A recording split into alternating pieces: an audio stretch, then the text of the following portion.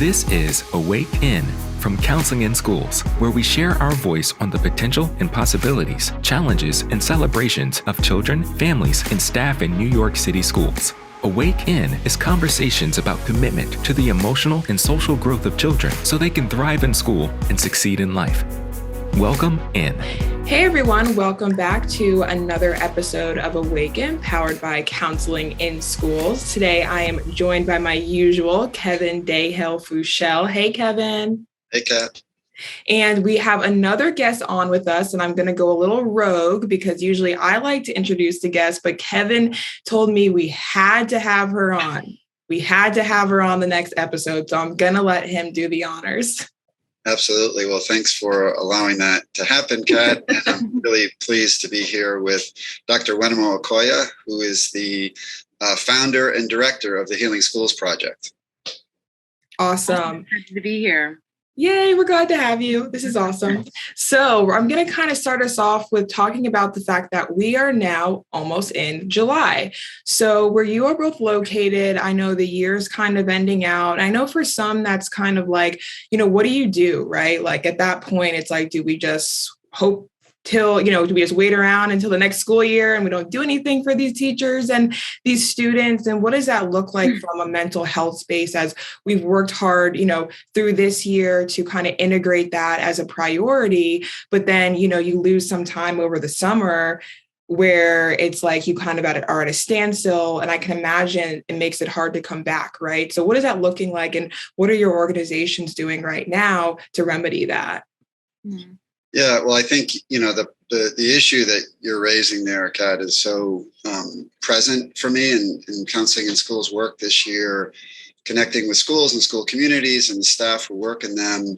A lot of times you get to this time of the year and it's probably a few weeks ahead. People are kind of looking forward to getting some rest and then maybe making plans and things like that. And I think this year really feels different. I think over the last 2 years, people have really put a lot out there, have really tried to hold a lot for students as well as themselves in their own lives. And they're coming into this sort of period. And I don't think it's going to work to just kind of be like, we'll turn that page because the calendar page turned and we'll do whatever we do. And that kind of this, distance from the work will help us get that rejuvenation or we'll feel better after their words. And I think there's a strong recognition from people who work in schools as well as our staff that really isn't just the case. And I think that's one of the reasons I was really excited that Wenimo, you could join us in this conversation because we're doing some support work over the summer, but I'm really excited by what Healing Schools Project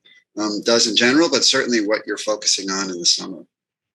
Yeah, I'm really glad that there's attention and that organizations like ours are paying attention to this because I think I was a classroom teacher. I taught in Newark, New Jersey years ago, and I remember getting to June and being like, super excited, and then kind of excited to come back in July. My restoration was sort of on my own. But this year, because of the compounded trauma and burnout that teachers are experiencing, I think we got to be really proactive about providing them support. Because I think what happened last year is we were like, okay, that year was rough. Next year will be better. And then we just expected this year to be better, but it was harder because kids were coming back with harder emotional challenges. We were coming back with more emotional challenges and school just kept going. So this year, at Healing Schools Project, we're trying to focus this summer on giving educators opportunities to engage in joy and rest and really prioritize their healing in a super intentional way. So we're doing a couple of events. We went back and forth about whether or not we should do virtual events or not, but we're doing on July 7th, we're doing an in-person event focused on celebration, right? So just focus on joy. We're going to have a DJ. We're going to have a dance instructor. Folks who don't dance can just bop to the music, network, talk on the side, connect. Yeah, you can just do a little bit like this, Kevin. I'm good at that. Got the head bop down. Tap the foot, whatever works for you. We'll do some differentiated celebration for folks.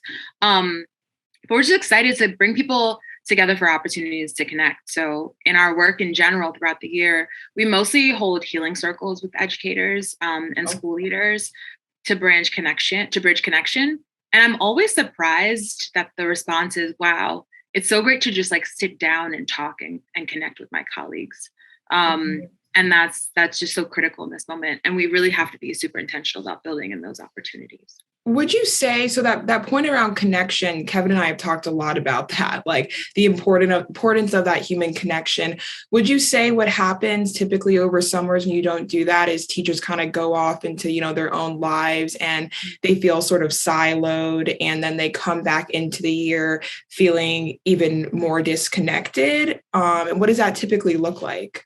Well, I think typical is like, we got to throw that out the window because there's no more typical anymore. Yeah. But I think that I've been thinking a lot about kind of the inertia of anything, right? So like the inertia of isolation is something that I think I experienced a lot for a while, and that a lot of teachers were experiencing for a while, is that usually summer, we want to go out and do things and like enjoy and connect. But because we've been so isolated for so long, I think that if we're not intentional about connection, we might fall into this inertia of just isolating again, right? And it might feel like we're restoring because we're like sitting in front of the TV, binging Netflix and not necessarily seeing our friends because we need space from everyone. But the science says that like what we need to heal is to connect. So even though we don't feel like that's what we need to do, it's what's needed. So I'm worried that if we kind of just do what we feel like doing in that moment, we might like fall into a continued period of isolation because we've been in that for a long time. I think a key word that you're saying, Wenimo, is healing. And I think, to heal, when I think about injuries and healing, like there needs to be intention to get to the healing. And I think that that's just critical and you used the word trauma before in describing what we've all been experiencing. And I think that if we're not intentional about that, just that kind of, it will happen on its own, is where that typical goes out the window, because it happening on its own isn't going to happen on its own. And I think you described really well, like from last year to this year, that was sort of the idea. Like that was the typical. It was like, phew, we made it. And now I was talking to someone in the organization recently who was like, yeah, we were all expecting a bell to ring saying, wow, that's over. Now back to your regular scheduled program, everyone.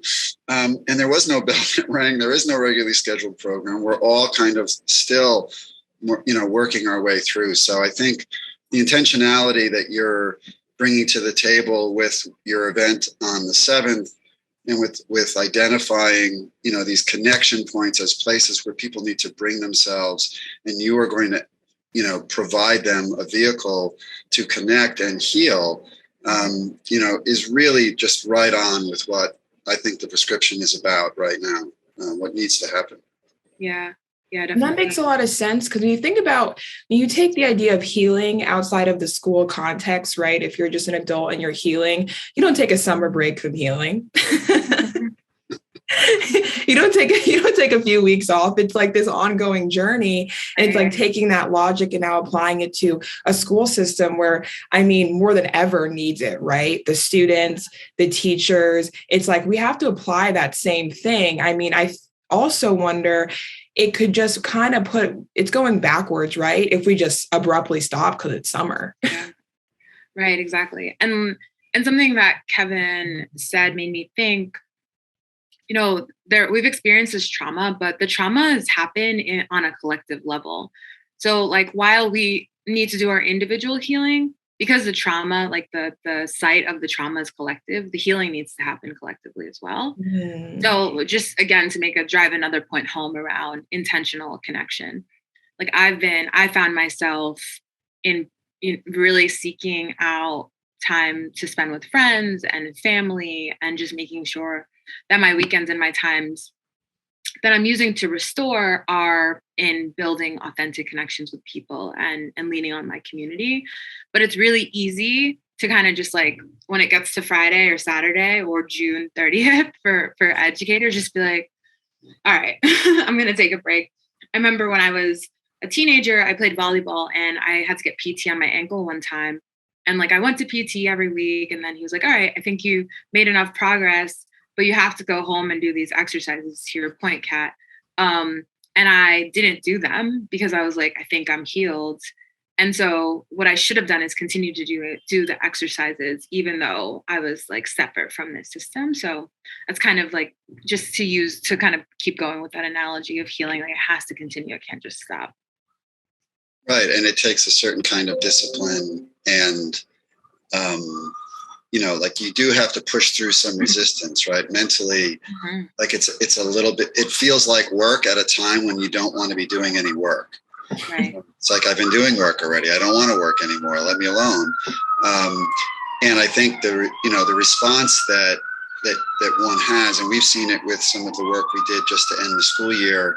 And I'd be interested in hearing about, some of the work that you've done this year, Wenimo. Like when people do that work, there's a different level of energy that comes off afterwards, and that resistance turns into a kind of energy, right, positively, right? I mean, has that been an experience as well? Yeah, we've seen that as well. I mean, we've had teachers, we've done circles at the end of the year, right? It's like the last week of school, and when people walk in to the room or enter the Zoom space and like, I just really don't want to be here. And by the end, they're like, oh, wow, that is exactly what I didn't know I needed.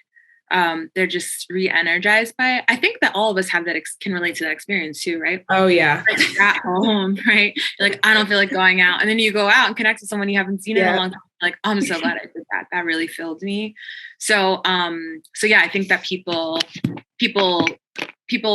don't know what they need, or it's just kind of easier, or feels easier in the moment to not reach out and connect. But I also want to not put so much onus on the individual, because I think that like the language around self-care is harmful.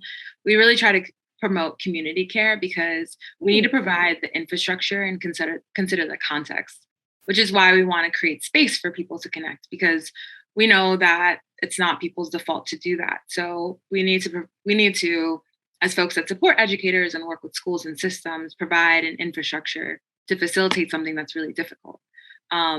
And so that it can become a sustained practice that keeps people in the profession.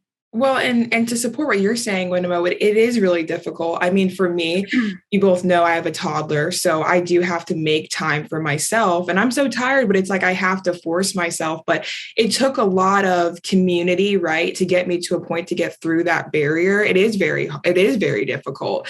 The three of us can say like, we know resistance, we can get through it, it's worth it. But for some people, it's like, it's hard to see the light at the end of the tunnel when you're, against that wall. But when you have people around you that are supporting you, and you have an infrastructure, and you're doing like what you're doing for teachers and creating that sort of like motivation and support, it is a little bit easier. You have someone saying, come out to this. We're here to support you. Come for a little bit, come for 2 minutes, and then you're there for 2 hours. Right. Exactly. Yeah. Yeah. I mean, part of the synergy between Counseling in Schools and Healing Schools Project, I think, is connected to what you were just saying, Wenimo, and around that community aspect, right? Like creating it, making it part of the community practice, that this is what happens. Mm-hmm. And that goes to something I think we've talked about, Kat, or I've certainly been a part of in other dialogues, saying that these are elements of a school experience that, like that socialization, that emotional impact, that are going to happen anyway, but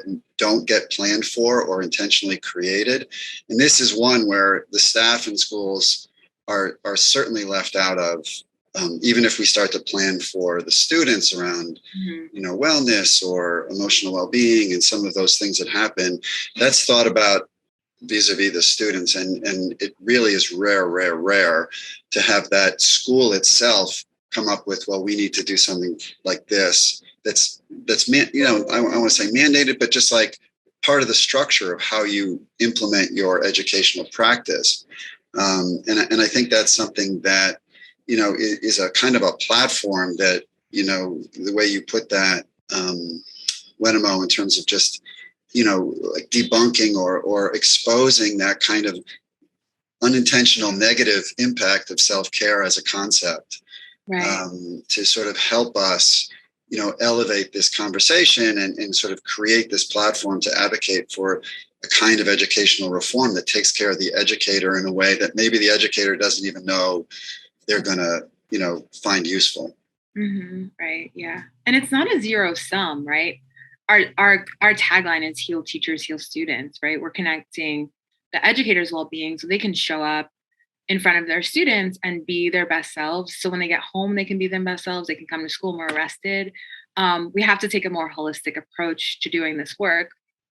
And we've also started adding administrators onto our work too, and doing healing circles with them, because I've been reading all these articles on teacher shortages and burnout and teacher stress. I'm worried that next summer we're going to be reading about admin shortages and admin stress and admin burnout. We just have to figure out ways to take care of the people in the system. And like you said, Kevin, build it into the structures that already exist and make it just the way that we do school. That's so like, right. can healing work be built into PD time and be seen as like a professional development moment, right?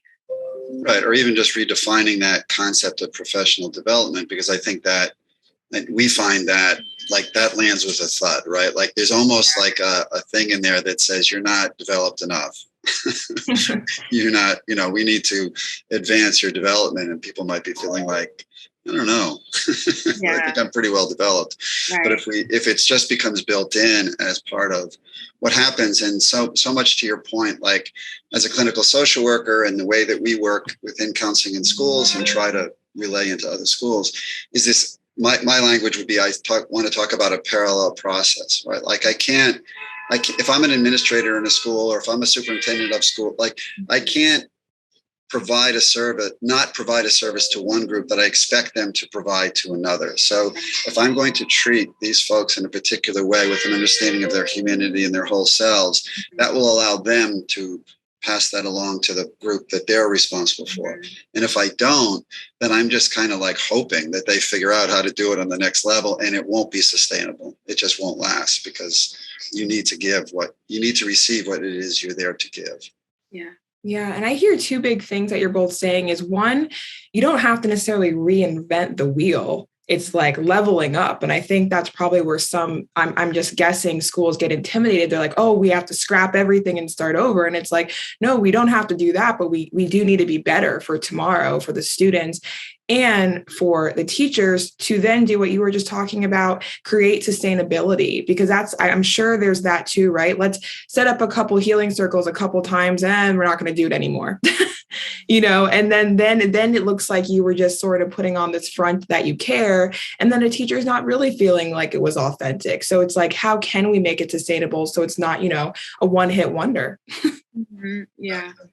Yeah. And, this is why it's so easy to work with counseling in schools, is because like, there's never a moment where I have to convince Kevin or anyone else on their team that like, hey, like we have to do this as well, right? We're so aligned in terms of the way that we approach the work, but just approach it from different angles. But I think something that you both talked about is like the connection between the intervention, right? The circles or, counseling for students, and the culture as well. So like, how do you really build a culture of community care within the school? An analogy that I often use when talking to like administrators around culture is that if schools are a soup, we've been really focused on the ingredients for a long time, and the ingredients matter, right? So it matters we have like high quality vegetables or meat or tofu for vegetarian or vegan, but like it really takes careful tasting and a lot of talent to get the broth right. And we've not focused so much on the broth. So like, how can we really make sure that we're doing a bit more broth work? Because soup does not taste good without good broth, right? No matter how good. It's a fact. You need a good broth. But you have to be like really careful. Like I've seen my mom cook soup, and she like takes a little ladle, right? And she like adds a little bit, and then she's like, it's not right. It's really careful teetering that needs to happen. Everyone needs to be on the same page about what's needed in order to make that broth taste the way that you want it to. So I love analogies and metaphors. So you'll get a lot of those out of me. No, I love that. How do we really start to shift culture in schools to promote and support community care? Yeah. And Kevin and I feel like we've talked about that too. Like, what does that look like? So I think some schools, individuals get kind of stumped, right? Because it's sort of like, well, what do we do? And then is there any interest? And I think maybe sometimes it's a little presumptuous that teachers wouldn't have any interest because they just want to go straight into the summer and not have to deal with it. Right. Right. And I think, that we are kind of, there is sort of this, I don't know, it's like pause and start moment that we're talking about right now. And I think that, what we would rather have is something that is, what we've just been saying, like this continual sort of integrated practice. And, in the areas of work that have to do with, this kind of like, oh, we're coming back from a very difficult year and all of that, you might see like a school say, all right, we're going to take the first 2 weeks and focus on this, right? And like, we welcome that, but that's just the first 2 weeks. There's 41 others to follow. Yep. And the practice should be integrated into a daily routine. I mean, there are routines that you can do in a classroom, every class that you meet, that just sort of help open up just a sense of connection and humanity amongst the group. Doesn't have to be a whole big, therapy session, but can just be a way of like, hey, let's connect on a human level for 2 minutes and feel each other's presence as people in a room. And now we'll start to move towards like, what it is we're there to accomplish as a group, and we can work on it as a group, and people can feel a little bit safer around feeling vulnerable. Like learning is a lot of vulnerability. And when you're traumatized and you're coming in feeling trauma, you are not going to open to that vulnerability that you have. Right. And that I think leads us to all kinds of other challenges. And I think that's true for the teaching staff as well. And I just wanted to sort of hit one other point that that triggered for me when you were speaking, Wenimo, which had to do with, with culture. I think that there's also a kind of a culturally responsive practice in the healing work that's important to sort of recognize, that everybody coming into that building is carrying with them some part of this experience that's embedded in how they experience the world on their own, and how the world has sort of, treated them, if you would. So coming in with that, you need to find things that create the human connection and allow people their own experience without it being like, well, this is what we're all going to always do and how we're going to do it, because that again can just start to, skew towards one cohort of people or one type of person or one ability of a person. And I know that you put a lot of thought into that as well, Wenimo, when you approach this work. Yeah. Thanks for bringing that up. I say very often that healing work is equity work, because I think sometimes we're about to bring up equity. You read my mind. Look at that. we're all like this. Yeah. We're connected. Did you want to ask a more specific question, or should I? No, all okay. You.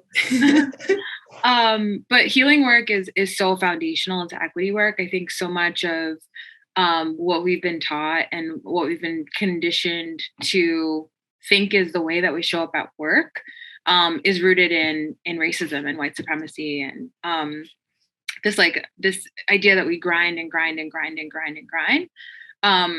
And we don't consider the people that are most marginalized and what types of healing that they would need. So when we designed Healing Schools Project, we actually started by thinking about what educators of color needed, because one, they were and continue to be the smallest proportion of the schools. So across the country, educators of color only make up 10% of educators. In New York City, they only make up 20% of educators, despite the fact that 80% of our students are students of color. We know that research supports that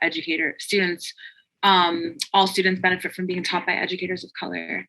But for whatever reason, we know the reasons, for a number of reasons, they're not staying in the field. They have higher attrition rates than their white counterparts. So we thought, okay, if we can design an intervention that works for them, then it'll work for everyone, right? Kind of like this idea, I'm going to make another food analogy for equity. Make me hungry. Another food analogy. So I used this one the other week. So if I designed a barbecue, which is like an event made for meat eaters, right? Barbecue is meat. The word itself like infers meat. For vegans, I would create a better, more balanced barbecue for vegans, but also I would take nothing away from the meat eaters. So what I would do is come up with a number of significant vegan options, and then I would add on meats and like dairy-based items as we go. And I would still get to a buffet of items that everyone could eat. And the meat eaters could also eat what the vegans are eating. But the vegans would be served, right? Because they're the ones who have the least access to a barbecue. So our idea when designing Healing Schools Project was, okay, educators of color have additional stressors in the classroom. They have higher attrition rates. Let's design for them and create an intervention that heals and supports them, but will also support white teachers as well, right? So if we design spaces and interventions for people of the least access, Black, trans, disabled, women, we would be done having this equity conversation. So it's really baked into our design that that we really need to be considered the folks that are most marginalized in whatever it is that we're doing. So the healing circle comes from Indigenous practices, and many of the healing practices we use come from communities of color. Mindfulness comes from Buddhism and Asian communities, right? Some of the healing practices we use come from African traditions and Latinx traditions and Indigenous traditions. Turns out, white folks also benefit from doing yoga and mindfulness and healing circles and those sort of practices. But we just have designed for the people who have least access. I read somewhere that like someone thought that wellness was for white people when we were interviewing folks really early on. Like, wellness isn't for us. Wellness is for white people. Wellness is yoga. It's skinny white women do that. It's eating salads. It's like operating in this particular way, which is why when you go to most yoga studios in New York City, you see that there's only a certain demographic. And pretty much everywhere. I'm a yogi been for a long time, and I can tell you I'm typically the only Black woman there. Me too. And I found a couple of different spaces, where that's not the case, but like, imagine if these places were built for us. So that was sort of my vision, is that like anyone could walk into our healing circle and feel as though they belong. And that is an environment we've created. Sometimes people hear like, oh, you're designing for people of color. That means you're not designing for me. And so that's why I kind of go back to the vegan barbecue analogy. Is like, you can still eat, it'll be fine. And actually like you'll get some nutrition, you'll get to try some different food too. And you'll probably end up liking it in the end. So that's how we kind of think about equity. No, it was pretty long-winded. I think we can get a DoorDash like endorsement for this or something like that. I think, Kat, we can work on. Yeah, I know. I got them on speed dial. That's what we're doing. But I think that's all super important and right on, Wenimo. I think everything you said, not long-winded at all, but really very poignant and accurate. And I think that we've certainly agreed and sort of seen the impact to the degree that you're describing, and the way that restorative practices are like just build community, and it's a human approach to building community, and it starts with equity. I mean, one of the things that's just so like visceral when you do sort of join a circle. I mean, circles are themselves like just there's an evenness about them. Mm-hmm. And it is interesting to see some people who at times have been, just for whatever reasons, really steeped in a hierarchy of their own sense of power, come into a circle and really like struggle a little bit to really like feel comfortable. Mm-hmm. Because it is sort of distinct from that sense of, there being more of a triangle that runs things and less of a circle. And the circle really like, it does hold, and it's, a circle is a hug, and a circle is, all kinds of things that are nurturing and useful. And I think that's just, really important component, piece of the strategy that you're talking about. Yeah. And it does set us up really well for another conversation, because both of you brought that point around equity, right? And I also work in diversity, equity, inclusion, and that's where I think it gets confusing, the equity versus equality debate there. And what you're talking about is creating equity so that everybody feels seen, everybody has something, because self-care, right? That's kind of subjective. Like that looks different for everybody. So you do have to be intentional about what does that look like, so that at the end of the day, even if it is targeted, it still does include everybody on some level. And we're able to serve people that may be a part of a group that is typically underserved, right? And so that correlation between equity and healing, I think, is like another, we have to have you back on, Wenimo, because that correlation and how that's connected to counseling in schools and what you all do is so important, because we're talking about tons of different teachers, to your point, Kevin, coming to school, coming to their environment, environment with their own stuff that may have nothing to do with their professional, what they do, right? So people don't come in as a blank slate. We have to think about that when we're creating these sort of programs that we're going to hope to be make sustainable. Right. So we are out of time, but I could keep going because that this conversation around equity and self-care and healing, it's like all, so connected that it deserves its own time. Definitely.